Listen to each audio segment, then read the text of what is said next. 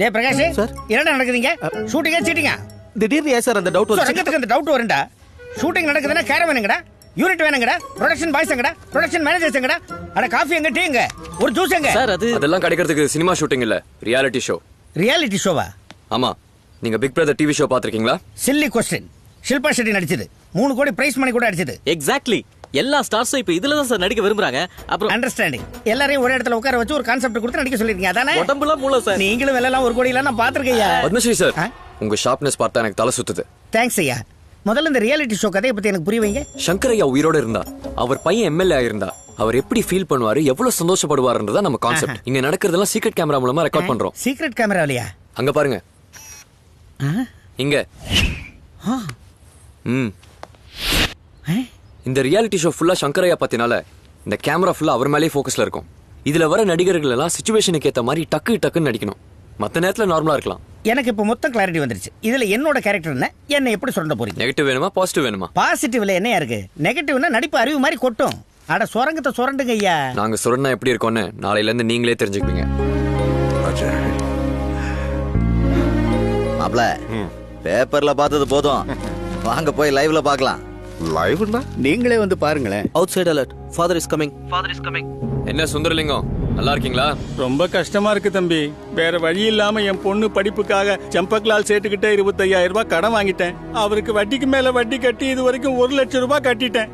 எங்களையும் கொடுமைப்படுத்திருக்காரு சார். நாங்க எல்லாருமே பாதிக்கப்பட்டவங்க. அவன் எங்க? இங்க சொல்லுங்கய்யா. ஏய், என்ன கம்ப்ளைண்ட் பண்ணா பயந்துருவேன் நினைச்சீங்களா? உங்களுக்கு மாதிரி நிறைய பேர் சேட் பார்த்திருக்கான்.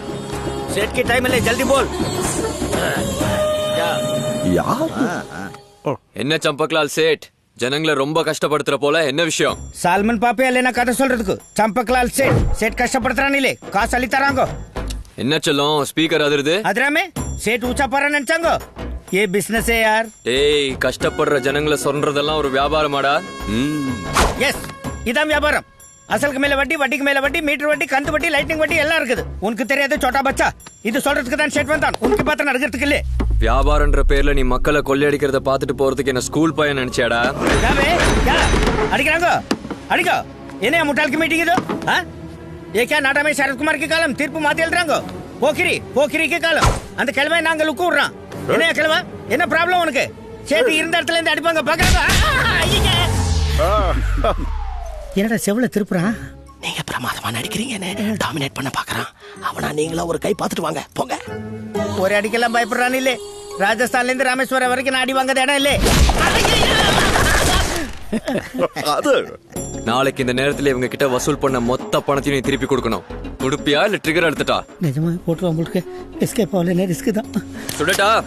நாளைக்கு கொடுத்துறேன் தம்பி. உங்களுக்கு எடுத்து விடாதீங்க. வாங்க பேக்கப்.